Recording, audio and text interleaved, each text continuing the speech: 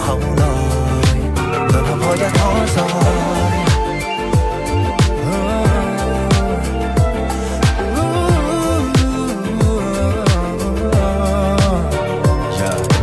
張雨晨嘅全新作品《迷戀有害》今個星期最新上架，仲啱啱開咗佢新歌發佈會。發佈會之上精神奕奕唱新歌，但係原來啱啱喺1個月之前，佢先至因為腎石要緊急入醫院。今次我哋揾嚟雨晨傾下偈，當然仲要關心下佢健康呢。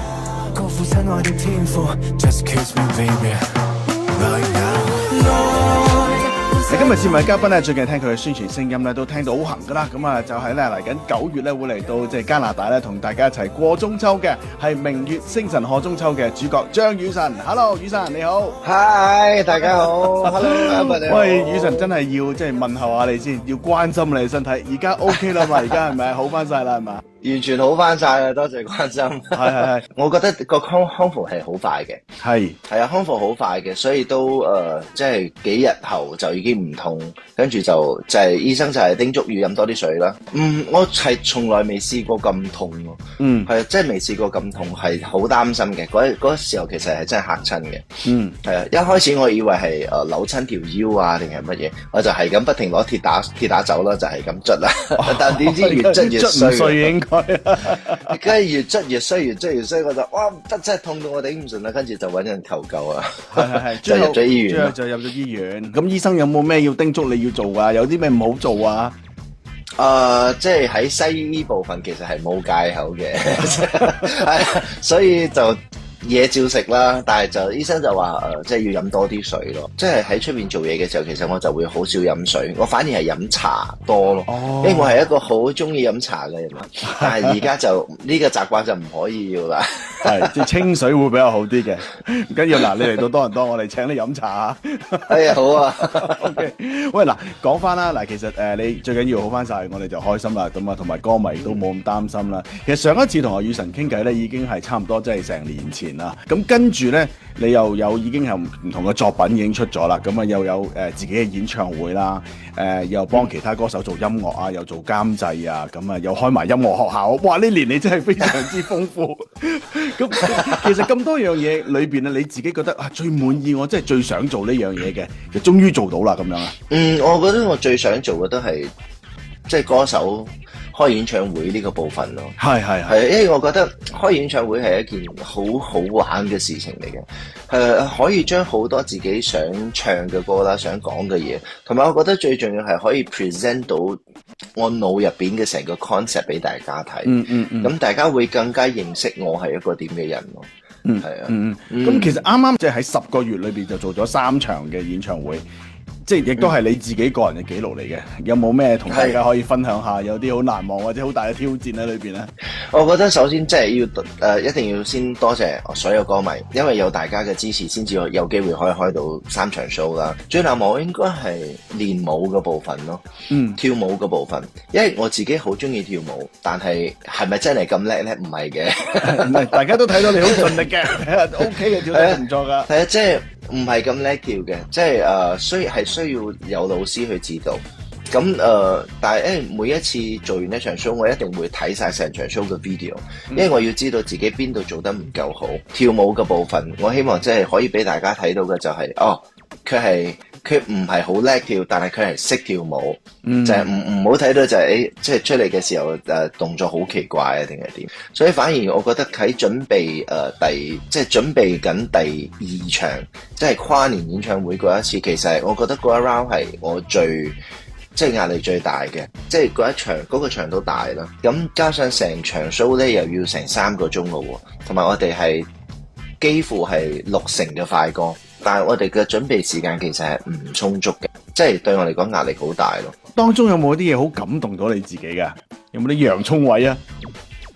我覺得成場 show 其實我係壓住自己唔好俾自己去喊嘅，但係都係失敗。出嚟嘅時候其實嗰一刻係好感動，尤其是佢個 screen 咧個屏幕一打開，咁我升上嚟睇到咁多人喺台下，其實嗰一刻係好感動，好感動。最忍唔住嘅地方其實係我寫俾自己嗰封信咯。係因為我覺得我過去我對自己太過，我覺得我對自己唔好，對自己唔係咁好，即係我會好刻薄我自己咯。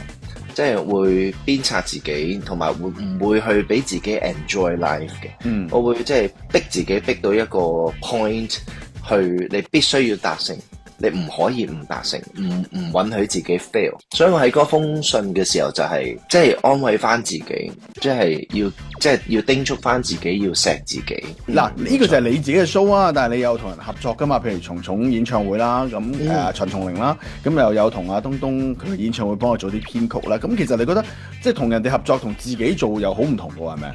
滿足感喺邊度啊？嗱，我先講咗阿蟲蟲姐姐嘅部分啦。嗰個時候其實可以同佢一齊做嗰場 show， 我覺得最滿足嘅地方就係，即係當你成場 show present 出嚟嘅時候，因為我喺台上彈噶嘛，咁我彈緊嘅時候，當你成場 show present 出嚟，而台下嘅人係好中意、好滿意嘅時候咧，即係個心入邊會即係哇，我做啱咗啦，呢件事情係啱咗嘅。咁東東老師嘅演唱會咧，因為東東嘅演唱會比較特別啲嘅，我負責嘅編曲全部係快歌，係尤其是係 opening 啦，咁即係當啲快歌一起啊 ，opening 一起啊，台下嘅人即係聽到個 beat 開始咚咚咚嚟嘅時候就開始尖叫咧，哇！嗰時候係 feel 到就係 yes， 就係 yes， 就係呢啲感覺啦，就係哇！跟住大家一快歌哇開始睇到佢哋印啊，好開心嘅時候啊，就哇就 feel 到呢個位置做啱咗啦。今年你嘅作品最近亦都喺即係劇集《非常日誌2》裏邊嘅主題曲I Found My Way，大家有聽到你嘅作品啦。不如同大家講下即係創作嗰個心路歷程係點樣啦，同埋我一聽嘅時候，哇，即正到不得了，聽到首歌同個劇集真係好夾啊啲嘢。Thank you。其實當我接到呢一個即係通知，我有機會可以寫呢隻歌嘅時候，其實我係好開心，因為由細到大即係睇住港劇長大，我都好希望有一首即係屬於自己嘅作品係即係可以喺個劇度出現。咁所以當接到呢個 job 嘅時候，我就哇就開始同導演開始同即係製作組啦，佢哋去傾，即係希望係乜嘢感覺嘅。咁佢就話，因為佢係一部好勵志嘅片啦，好勵志嘅劇。咁我嗰時候一寫，其實係寫咗好多首，去交俾佢哋去揀啦。咁到最後佢哋揀咗 I Found My Way。咁其實我當下我寫緊呢首歌嘅時候，其實我係喺度諗緊有啲乜嘢嘢係可以。有即係我自己經歷過啲乜嘢嘢係令我好有動力，令我好有 energy， 即係覺得哇係一個 brand new start 嘅呢個感覺咧。其實我覺得就係所有 fans 所俾到我嘅力量，所以我就將呢個感覺寫咗入去首歌度。所以當大家即係呢首歌我覺得已經唔係單單 for 呢一個劇，其實都係一首我送俾所有支持我嘅人。因為有你哋嘅支持，我係揾到我自己應該行條路，同埋我覺得即係行呢條路幾咁辛苦，但係完全值得。溫馨的感覺，全日隨時預備，以更多熱情來為重逢準備。I found my way， 當一切別離，全為重臨舊地。以更多熱情來為重逢準備，笑拍下住氣，來日縱使遠隔兩地，亦會念記。I found my way， 始終照亮你。